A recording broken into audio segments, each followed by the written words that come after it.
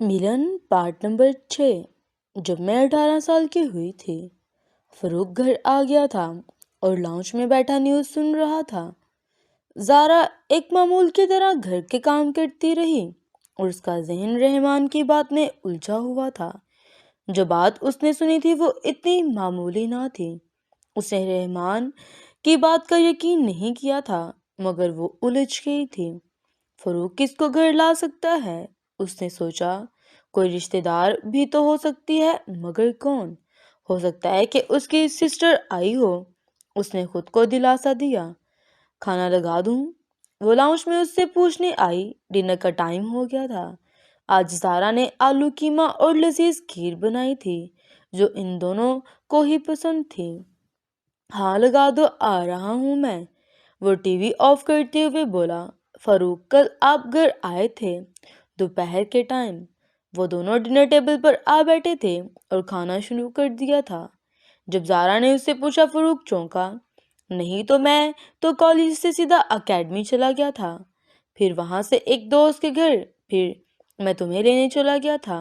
यानी कल आप घर आए ही नहीं? ज़ारा ने उसे देखा।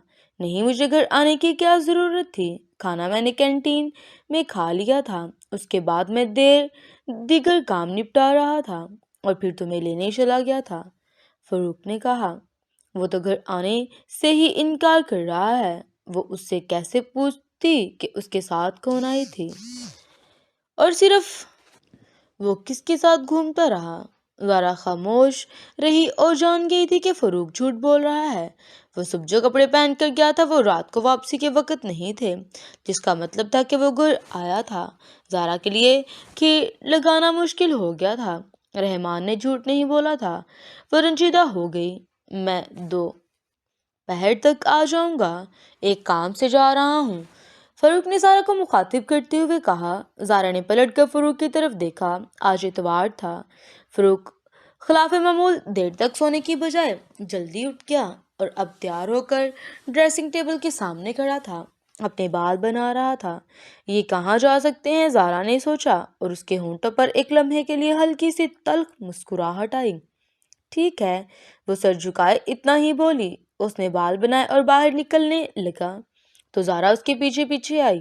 वो उससे कुछ कहना चाहती थी, मगर हिम्मत नहीं हुई। उसे हसरत भरी नजरों से जाते हुए देखती रही। मैं उनसे आंटी के बारे में पूछ रही थी। ज़ारा ने कदरे बुखलाए हुए अंदाज में फरूक को कुछ कहा।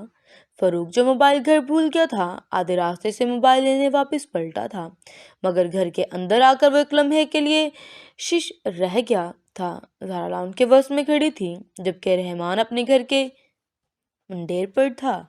शायद वो दोनों कुछ बात कर रहे थे। जब फरूक अंदर आया, रहमान उसे देखते ही सीढ़ियां उतरकर नीचे चला गया था। हाँ, वो मोबाइल घर भूल गया था। वो दांत पर दांत जमाए अंदर की जाना बढ़ा। ज़ारा घबराई हुई सी उसके पीछे थी। अंदर तपाई पर से फोन उठाकर वो बाहर आ गया और गाड़ी में आ बैठा। उसे ज़ारा को यूं देखकर धचका पहुंचा था। उसे यूं रहमान के साथ लाउंज में खड़े होकर बात नहीं करनी चाहिए थी। बात उसकी गैरत पे आई थी। उसकी बीवी होकर वो गैर मर्द से बात कर रही थी। फरूक बे इख्तियार गुस्सा आया। उसका दिल किया वो वापस जाकर ज़ारा के दरगत बना दे। किस चीज की कमी छोड़ी थी उसने ज़ारा को जो वो ऐसे कर रही थी? इस समय फारूक पर एक होलनाक इंकशाफ हुआ। उसे अंदाजा हुआ वो ज़ारा को कई हफ्तों से नजरअंदाज कर रहा था। उसकी गर्मजोशी का जवाब सर्द मोहरी से दे रहा था। कई बार वो उसके करीब हुई थी और उसने उसे धक्कार दिया था। शायद उसका रद्द अमल था कि वो एक और इंसान से बात कर रही थी। ठीक है, मैंने उसे कुछ दिन अच्छे से नहीं रखा, मगर उसका ये मतलब तो नहीं है कि वो मेरी गैर मौजूदगी में औरों से गप्पे लड़ाए। मैं शोहर हूँ उसका। उसने अपने फारग दिमाग में जवाब तराशा और उसके अंदर से इस पे कोई हंसा था। जो तुम करते फिर रहे हो वो क्या है? महारा के साथ जो करने का तुम ख्वाब देख रहे हो वो क्या जायज है? और शर्मसार हुआ। वो उस लम्हे के फोन की घंटी बजी। महारा उसे कॉल कर रही थी। वो फोन को हाथ में थामे देखता रहा। तब अपनी बीवी ही नहीं, उस लड़की को भी धोखा दे रहे हो जिस उम्र में ये इस नादानी की उम्र कहते हैं। جس میں بہکنا آسان ہوتا ہے اسے تم نے بہکا دیا۔ ضمیر کا کوڑا پوری شدت سے اس پر پڑا۔ موبائل کی گھنٹی پر اس نے بجنے لگی تھی۔ آج اس نے مارا کو ملنے کا کہا تھا۔ اس نے موبائل آف کر کے جیب میں ڈال دیا۔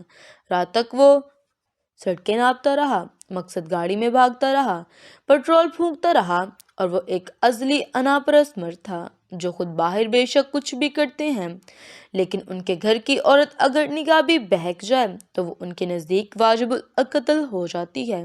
یہ اس معاشرے کا کیا دہرا معیار تھا، منافقت تھی جس کا اندازہ اسے آج ہوا تھا جب اس نے اپنی بیوی کو کسی بات کرتے دیکھا تھا۔ اسے خود سے گھن آئی۔ اب وہ جلد سے جلد گھر جانا چاہتا تھا۔ وہ رات کے گھر واپس آیا اور گھر کی لائٹس بند تھی۔ بیرونی دروازہ کھل کر وہ آہستگی سے اندر آیا۔ آج بہت خوش تھی زارا، گھر پہ تو ہے نا، اس نے سوچا اور سیدھا کمرے میں آیا۔ وہ موجود تھی۔ فاروق نے کپڑے بدلے اور بیڈ پر اس کے برابر آ لیٹا۔ وہ دوسری طرف کروٹ لیے بیڈ پر لیٹی ہوئی تھی۔ فاروق اسے دیکھتا رہا اور اس کے بالوں کو جوڑا شانوں پہ بکھیرا ہوا تھا، اور وہ آہستگی سے اس کے قریب ہوا اور اسے شانوں سے تھام کر اس کا رخ اپنی طرف کیا، اور وہ جاگ رہی تھی۔ دھندلی روشنی میں فاروق نے زارا کے خوبصورت چہرے کو دیکھا۔